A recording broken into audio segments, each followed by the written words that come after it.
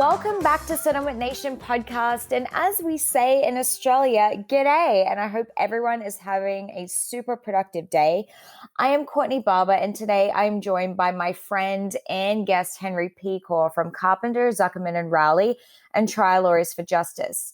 Now, Henry has been practicing for 6 years, but already has 12 jury trials under his belt, which is very, very impressive. He was nominated for CAALA's Rising Star Award in 2016 and also National Trial Lawyers Top 40 Under 40.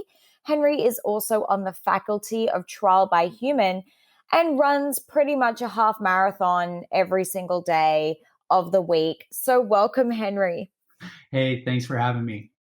Absolutely. We're so happy to have you. And I'm glad we could have this chat because you and I have been friends for a couple of years now. And then I've seen you in action. But I'm really glad that we could finally have you on the show and you could tell everyone about yourself and your rise to success. So as we sort of dive straight in, I want you to give our listeners, Henry, just a little bit of background of your origin story and how you actually got your start in law. Sure. So I graduated from Loyola Law School back in 2014. And after taking the bar exam, I was waiting for the bar results. And so I worked as a paralegal at a small little PI firm in Santa Monica and Venice Beach. I was working with a guy who I had grown up surfing with.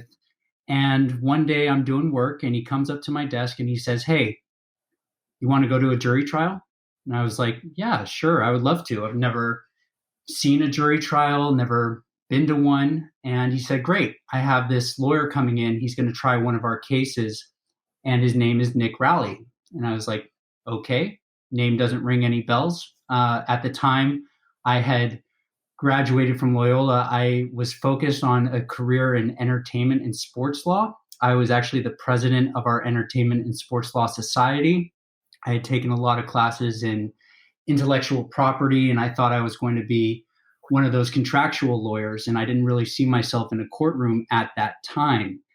And so in comes Nick Rowley, and he's got his whole entourage with him. He's got Courtney, Odin had just been born, and Steve Haltman comes in, and I meet the whole team, and we get ready for this trial. And I become kind of their point of contact between Nick and the referring attorney who I was working for. And so I was responsible for organizing the file, getting binders ready, documents, witnesses, things like that. Whenever Nick needed something, he turned to me.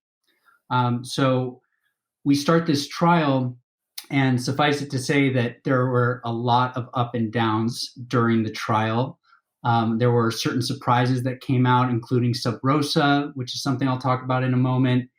And there was this moment during trial where the medical bills and records had been disorganized. And so we were getting ready for a day of trial, and Nick needed to have everything organized. And he was talking to the team, and he just said, "Okay, everyone, I guess I'm going to have to stay up all night and get this done."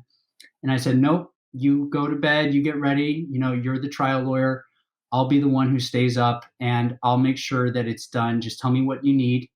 And he did, and I did, and I stayed up through the night, and in the morning, I presented him with everything nicely organized, and he was able to get everything presented at trial and admitted into evidence, which was key for that particular case. And I think it really made an impression on him and created this relationship between us. And in fact, during the trial, I had gotten a copy of the Trial by Human book that Nick wrote with Steve Haltman, and I gave it to him, and I asked him to write me an inscription in the book. And I'm going to actually read it to you right now. So he wrote this to me.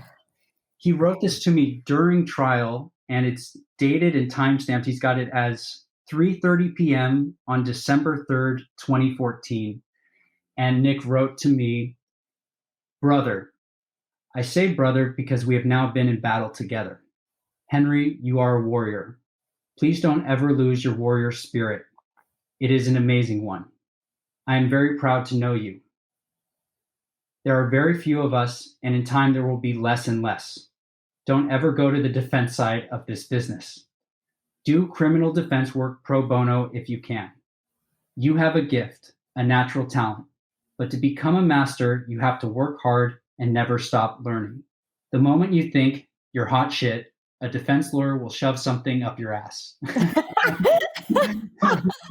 It was so classic Nick, right? And that was the day when we got hit with sub rosa evidence, and our client had basically said that she couldn't go more than a few street blocks without her crutches or her husband walking with her or supporting her. And then lo and behold, there's sub rosa footage of her traveling throughout the day, going shopping and in and out of different stores, carrying bags and things of that nature. And it really, it really hurt. And so he wrote that inscription right as that evidence was coming out at trial from counsel table. And then he pushed it back and handed it back to me, which was really cool. So that was our initial experience together. And then afterwards, I actually started a job at a big firm in downtown LA. I was doing a lot of law and motion stuff, and it became tedious very quickly, and I didn't feel fulfilled. And so I reached back out to Nick and I said, hey, man, is there any chance you're hiring? And he said, absolutely. And I gave notice that Friday, and I showed back up with Nick to a trial on that following Monday. We then did a trial in Van Nuys together. He did the trial. I was support. And during that, I basically passed the ethics portion of my bar exam license that had been pending. I got my bar results, and it was time for me to get sworn in. So Nick paid for my mom to fly out from Massachusetts so that she could be there for my swearing in ceremony. And during this trial, I hadn't worked for Nick for more than a week. And already I'm getting sworn in, and Nick was there, and we did it during this trial. And then after I got sworn in, maybe within another week, it was time to get the verdict on this trial that Nick had been doing. And so Nick and Courtney had to leave and get ready for their next trial. That's how things go when you're on the rallies. And so there I was, a brand new baby lawyer, sitting there taking a $10 million verdict as it was being read in court. And so from there, it was off to the races. And really my first year of practice in 2015, I just spent it around Nick and following him from trial to trial, and really learning through osmosis and learning through different experiences on how to try cases.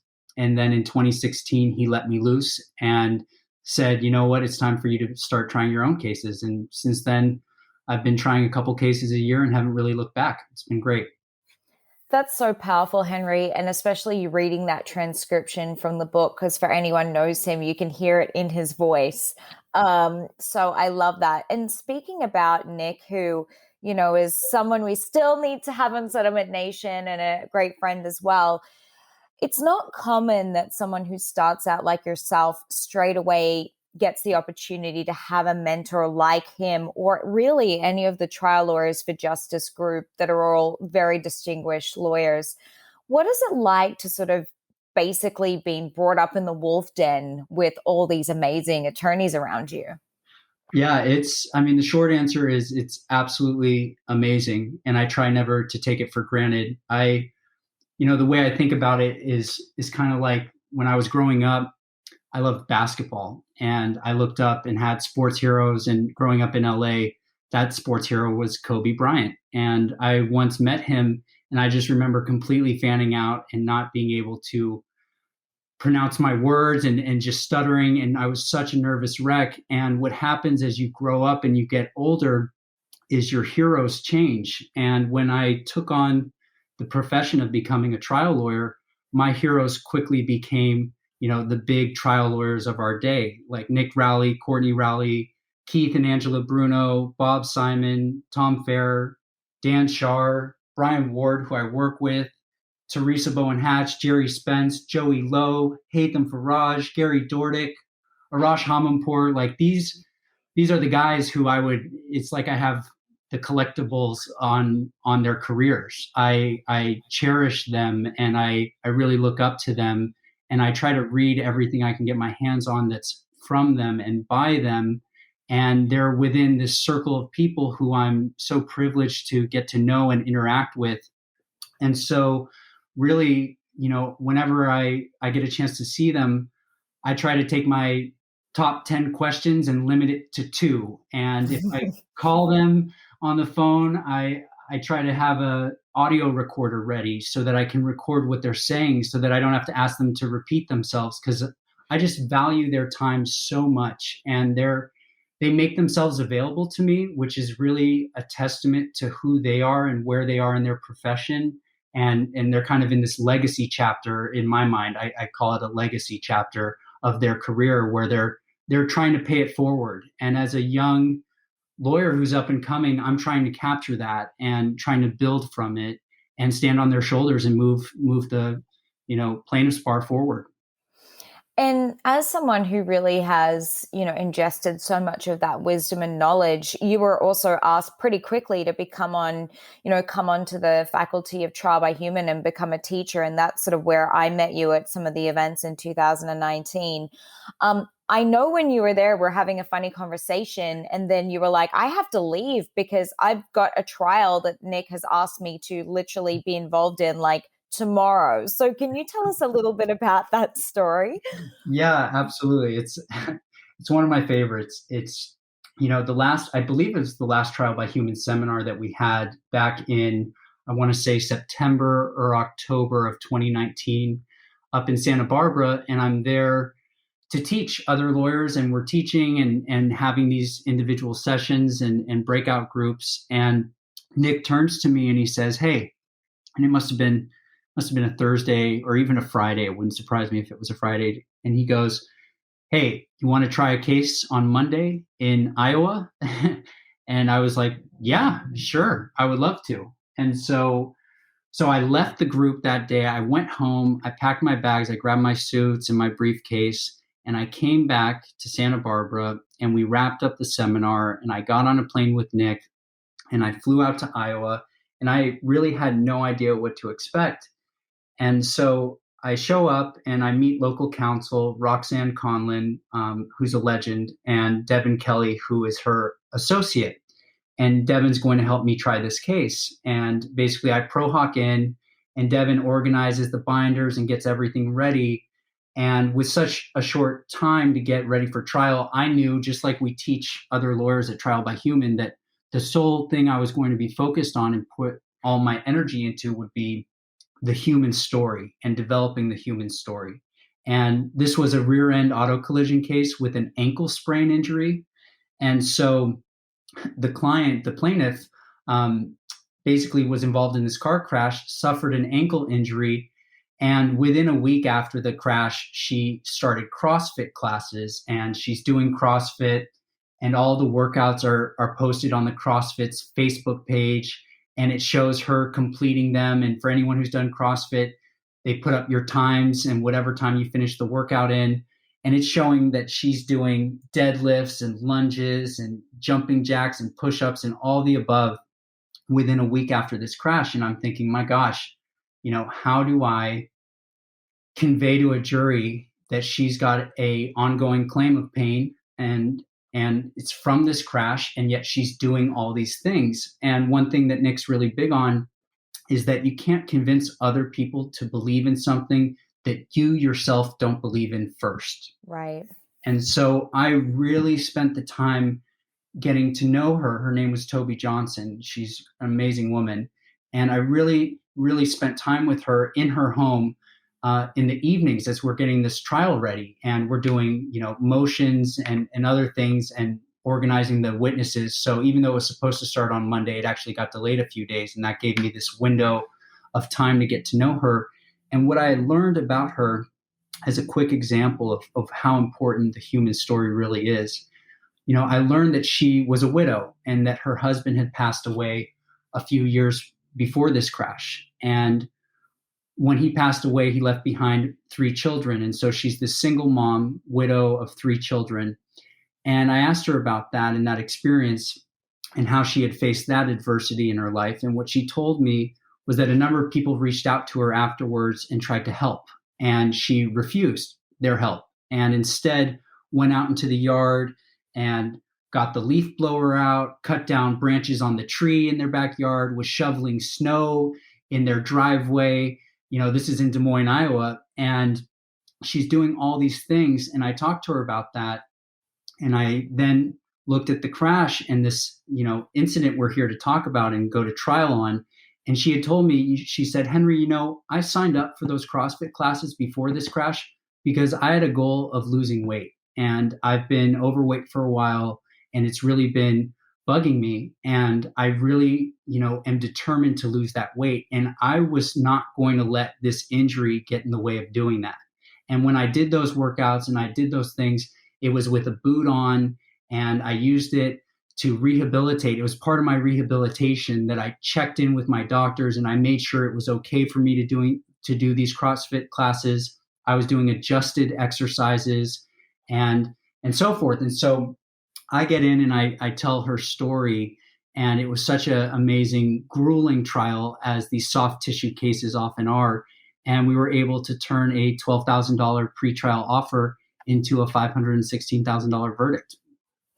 Which is huge. And speaking about that case, we always like to ask our guests, is there a memorable, moment or time during the case that really stood out for you? Because sometimes it's when the verdict is handed down, but other times it could be a small fleeting moment that had the most impact. Was there one of those for you in this instance? Absolutely. There was a moment that probably took no more than 10 minutes, and it changed the whole case. And it was the moment where I knew we were in really good hands and we were in a really good spot. And what had happened, actually, to kind of set this up, I had done a case with Nick. Nick had done the case and I was just supporting him. And they had finished opening statements, and there was maybe 10 minutes, 15 minutes left in the day when the defense finished their opening and sat down, and the judge turned to Nick and said, "Do you want to call your first witness, or should we just wait for tomorrow?" And Nick called up the first witness. He called the plaintiff, put her on, right there on the stand, and proceeded to elicit some of the most gut-wrenching emotional testimony I'd ever heard. And it was just so powerful. And it allowed the jury to go home with that lasting taste in their mouth of just what this case was really going to be about, instead of it being whatever the defense had just ended their opening with. And he turned to me and he said, "Never miss an opportunity to make a final jab or a final punch and to hit him in the gut right before a big break or right before the end of the day." And in this Toby Johnson case, when I was in Iowa, we were faced with a break. We maybe had 10 minutes left before the lunch break. And the judge turned to me and said, "Would you like to call your next witness or wait for the afternoon?" And I knew we had a number of experts in the afternoon, and Toby had not yet testified. And I wanted to get her up there and get her comfortable and to tell part of her story and to kind of give her a taste of what to expect when then she would later be called as a witness. So I put her up, and we had this photo of her foot all swollen up and everything. And I showed her the photo, and I proceeded to lay foundation. Is this a fair and accurate depiction of your injury? And did you take this photo? And when was it taken? And I go to admit it into evidence. And the judge turns to the defense attorney and says, "Would you like to voir dire on this photo?" And I did not expect that. I didn't even realize that they could do that in Iowa. In California, you can't really do that, or they're not really given the opportunity to do that. And so the defense attorney gets up, and I'm like, "Oh my gosh, what have I done? Like I've I've made this huge mistake. I thought I was being all slick. I'm doing what Nick told me to do." And all of a sudden I'm in this hot seat, and my client's in the hot seat. And we got maybe 5 minutes before lunch, and this defense attorney gets up and he just says, you took this photo when, and what were you doing? And you stood on your feet for how long? And you were doing this, that. And he just embarrassed her a little bit and humiliated her. And it actually, which I think went to our benefit. But I got up, and about 2 minutes left before lunch, I said to her, I basically got up and I said, "Miss Johnson, you just told us that you had to stand for a number of hours, and that created, this swelling in your feet, and that you were baking at the time, you were baking cookies." This is what the defense attorney elicited, is that she was baking cookies for her daughter. And so I said, "You're up on your feet for hours baking cookies for your daughter, and it would cause this swelling in your foot. Why in the world would you do that?" And she said, and her lips started trembling and her eyes started watering. And she said, "Because I'm still a mom." And Wow. And I asked her and I said, is that important to you? And she's like, yeah, my daughter's home from college and it's the one chance I get to see her, and my foot be damned, I'm going to bake some cookies for my daughter. And it's like, all right, Your Honor, we can take our lunch break now. And Yeah, it's like mic drop. yeah, and I just knew it's like, those opportunities where we're given an easy way out to just take the lunch break and regather our thoughts. There are pivotal key moments in trial to be spontaneous and to take a risk and to be present and in the moment and deliver a final punch before the break. And that's exactly what happened.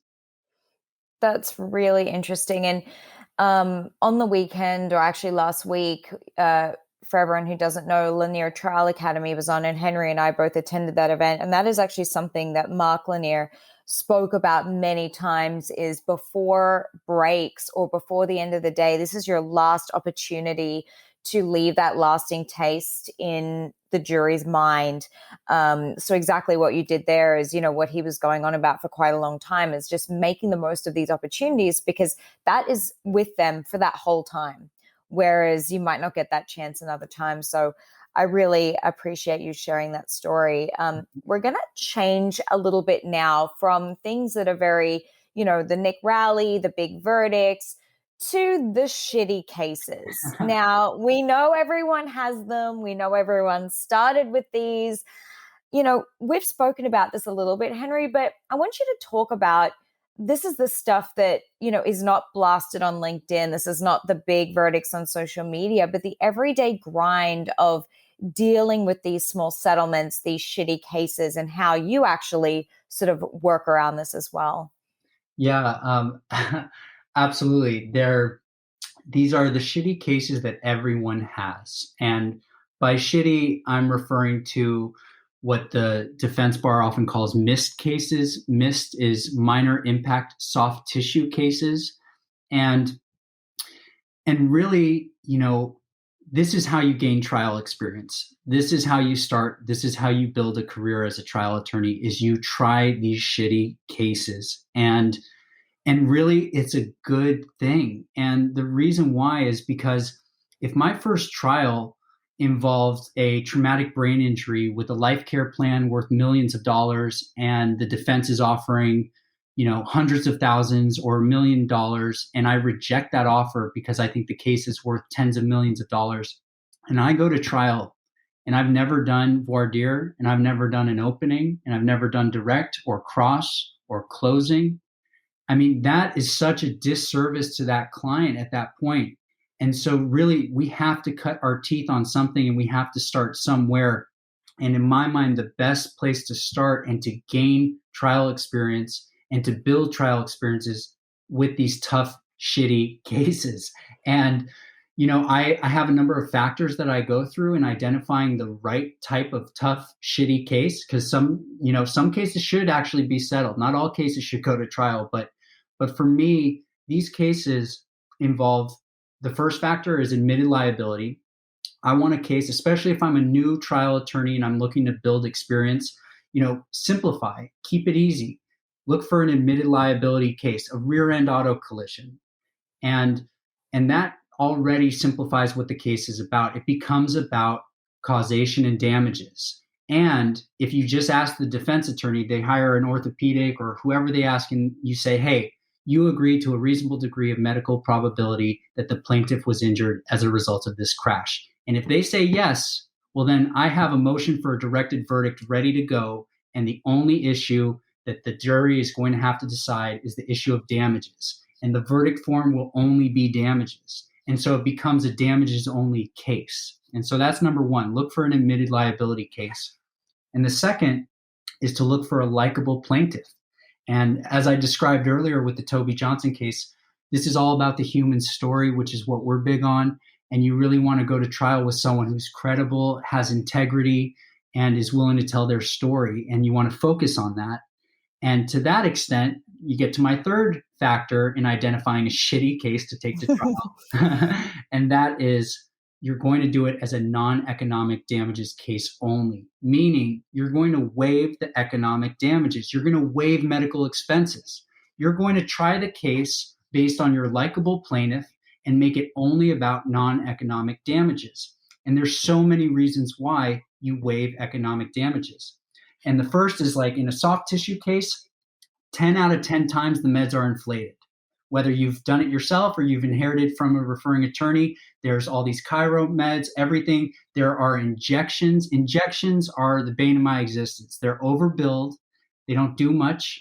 And they're just one of those things that's a red flag for a lot of people in these trials.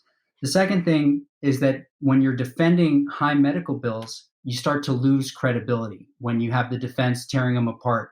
You're also talking in terms of economics, which is the language of the insurance defense attorney. This is their bread and butter. They have all the economic information in front of them. They can dissect it. They can probe at it. They can do all the discovery they need in order to really cut the legs out from under you on an economic damages case. Whereas non-economic damages are completely and solely within your control. Defense attorneys never ask those questions at deposition. They wait till the very end and they say, how has this affected your life? What activities can you do or can you no longer do that you used to be able to do? That's the extent of their questions on non-economic damages. You take a case to trial, you take one of these shitty cases to trial, and you make it a non-economic damages case only, all the weapons are with you. There's nothing the other side can do about it. Okay? And then the last thing is that you got to understand when the verdict form, if you're doing economic damages and you're doing medical bills on some of these soft tissue cases, and you're talking about tens of thousands of medical bills, it's not much money. So it's not only anchoring the verdict low, but it's also one of those things where it's the first thing on the verdict form. And so the jury is going to be back there arguing about whether or not an injection costs $10,000 or $3,000. And they're going to be arguing back and forth, and they're exhausted by the time they agree to split the baby or do whatever it is and give you, pennies on the dollar for economic damages. And they've gone through that exercise. They've argued over the medical bills. And now it's time for them to decide the most important part of your trial, the non-economic damages portion. And they're exhausted. And they go, you know what? Let's just double what we gave her for meds and then call it a day. You don't want that happening. So just waive the economics, simplify the case, and make it about non-economic damages only. And for all new attorneys, I really hope you rewind that part that he just spoke about just then and get out your notepad and pen and actually take some notes, because that is gold. That is a gem. And this is the stuff that you find on Settlement Nation with guests like Henry. They're sharing their experiences with you, so you don't have to go through the same shitty stuff that they have. Or if you do, at least you're going to, know what to do and go in armed and ready on game day. So thank you so much for sharing that. I think that is gold. Now, on to some more personal stuff. I know, and you had sort of told me about this, you recently, within the last year, went through a really personal experience that was incredibly heartbreaking for you, but it's also impacted you not only personally, but as an attorney. Do you mind sharing some of this with everyone? Because I think there could be people out there that would relate. Yeah, of course. I always try to be an open book about things, and I always try to be brutally honest about what I'm going through. It's what we ask of jurors, and it has to be what we ask of ourselves. And recently, I lost my father. He had been going through a battle with cancer and was driving to a doctor's appointment when he was rear-ended on the 10 freeway near downtown LA. And as a result of the crash, his brain shifted and he suffered a massive brain bleed, a massive brain hemorrhage, and he died the next day. It was an incredibly, incredibly tough experience that I'm still going through now. And I can even hear it in my voice a little bit. And I am continuing to process it. It doesn't feel real. It feels like it's happening to someone else. It feels like it's happening to one of my clients. And it's been really hard to get back into the practice. At first, it was too much. It was too close to home. And I remember I came back and we had a deposition of a neuropsychologist, and the defense is trying to say that the force of the crash wasn't sufficient enough to cause a brain injury.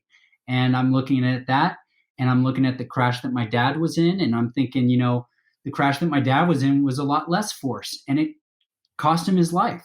And so, I was angry and upset, and I've just taken time to digest that and to come back.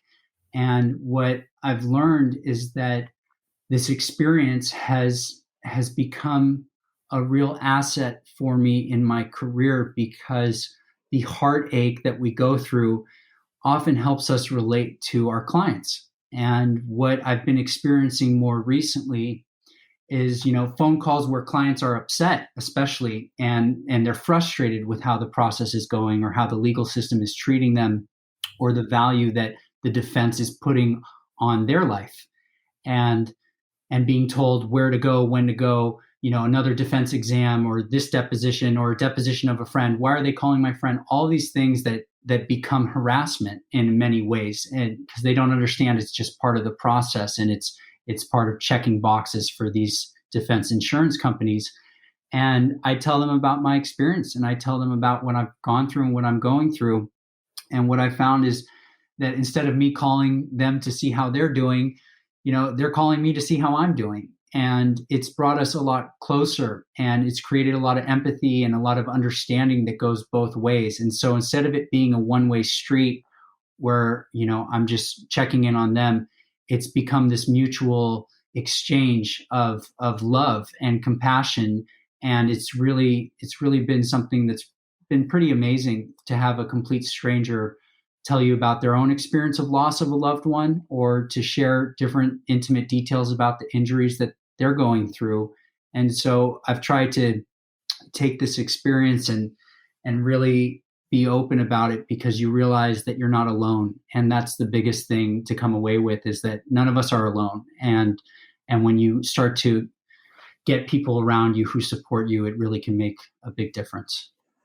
I really appreciate you sharing that story. And, someone that you work with, Brian Ward, who was also, we had on the podcast very early days, he had a similar sentiment after having an injury himself, and saying, out of the injury, which was very devastating for him, he gained this newfound sense of insight and compassion and understanding for his clients now when he takes on those cases, because exactly as you just said, he's not looking at them from the glass ceiling down as this removed party. He can actually sort of nearly put himself in their shoes and be a lot more understanding and have that empathy, which is such a big part of the human story and what you do. So I really appreciate you sharing that.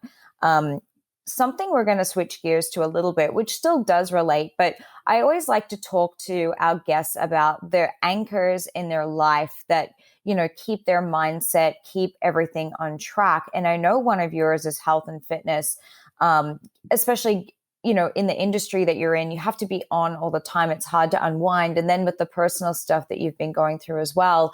Do you want to share a little bit about how you've incorporated that into your routine and how that keeps you sort of dialed in?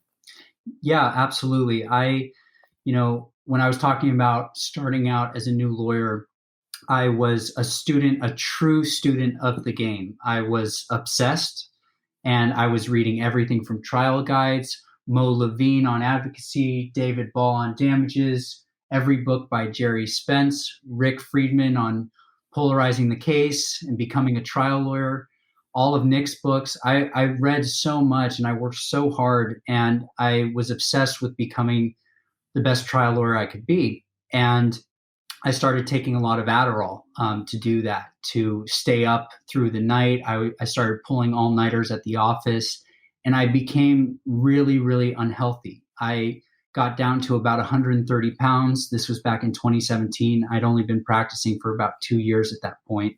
And I was really gaunt and unhealthy, and family and friends were getting more and more concerned. And I finally reached out to Nick, and I said, I need help. I'm not okay. And which was the first time I'd ever done that.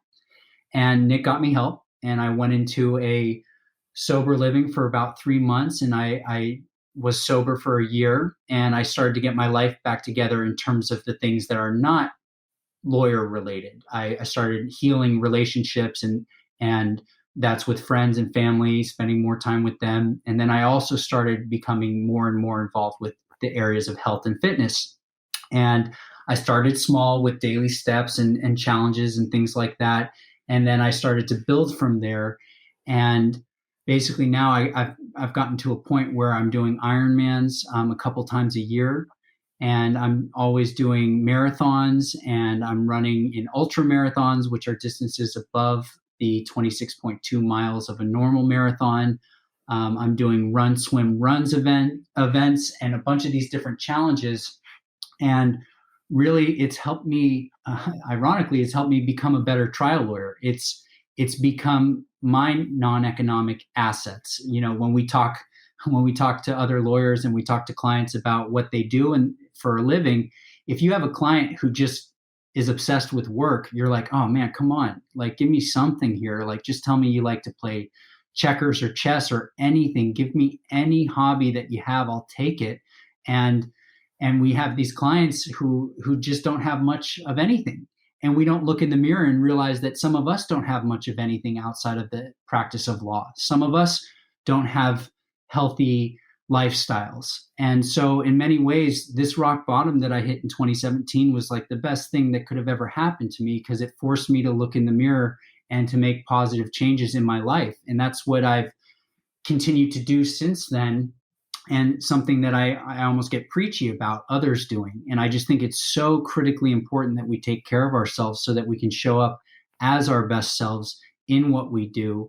And everyone benefits: our loved ones, our friends, our career, every aspect, our own sense of self-worth. Everything changes when you start to really take care of yourself.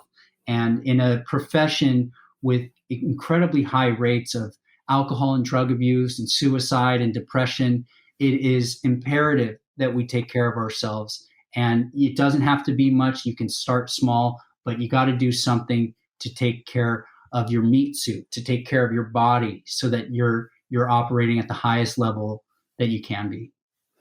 And I can, verify his stories because I've seen him at the gym before trial lawyer events when there's only 5 of us in there and it's 6:30 a.m. and Henry's in there pumping weights. So it's a true story. We are down to our last question, Henry, and I can't believe we're here already because this has been amazing. But what do you know now that you wish you knew 5 years ago when you were starting out, or maybe even after that you went through some struggles and came out the other side? Share with our listeners just a bit of advice or something you wish you knew back then. Absolutely. I think there are 2 parts. The first is that you got to be yourself. And I thought when I started out that I wanted to be the next Nick Rowley, and now I just want to be the first Henry Peacor. Iron Man has this saying that it's you versus you. And it's really true. You need to stop comparing yourself to others. And the goal is to just be a little bit better than you were yesterday. And when you find your own voice, that can be the most powerful tool that you have when you go into a trial. The second piece of advice I'd give myself 5 years ago is to be different. It comes with a caveat though. I think that when you're first starting out, you kind of have to imitate before you innovate. You don't need to reinvent the wheel. So ask for help, ask others for examples, ask for templates, ask for transcripts, see how certain arguments have been made before, because they have been and they're out there and we're all willing to share. And so look at those things, but at the same time, make them your own and try different things, try new things. And the best example I can think of for that is in depositions, where a lot of times we start a deposition by going through the usual admonitions, and that's not doing anyone any favors. Start a deposition, just say, hey, you understand you're under oath? All right, do you agree that you were responsible, that you were at fault for causing this crash? And look at the defense attorney. He'll be blown away. You start a deposition by going straight for the jugular. They're not accustomed to seeing that. And you'll get an honest admission that will eliminate one of the things you normally have to prove at trial. It'll make it a damages only case. Go straight for it. You don't have to start by going through the 10 questions or the 10 rules of a deposition. And try those things. Try something different. I absolutely love that. And I really hope that, there's a lot of new trial lawyers listen, or even seasonal trial lawyers that are listening today and pick up all these bits of advice that you really shared with us, which has been fantastic. I mean, what an episode. Henry, now it's the time to plug yourself. Where can people find out more about you? Where can they refer a case to you, co-counsel a case? People can just ask you advice. Absolutely. I'd encourage anyone to reach out, especially if you want any examples or templates or anything. I've tried to do my best to organize all the resources that have come my way, whether it's transcripts from Nick or templates or all these different things. So you can reach me by email, and it's just henry@tl4j.com, or you can text me or call me on my cell, and my cell number is 310-994-1882. Well, I really appreciate you coming on. This has been fantastic. And for everyone listening, make sure you hit that subscribe button on Settlement Nation. We are currently number 4 in Trial Lawyer Podcasts, which I can't believe, but maybe I can. It's 2021 and we have awesome people like Henry Peacor sharing their wisdom, stories, war stories, shitty cases, great verdicts, and all the life stuff in between. So thank you once again, Henry, for coming on. Of course, it was a blast. Thank you and goodbye.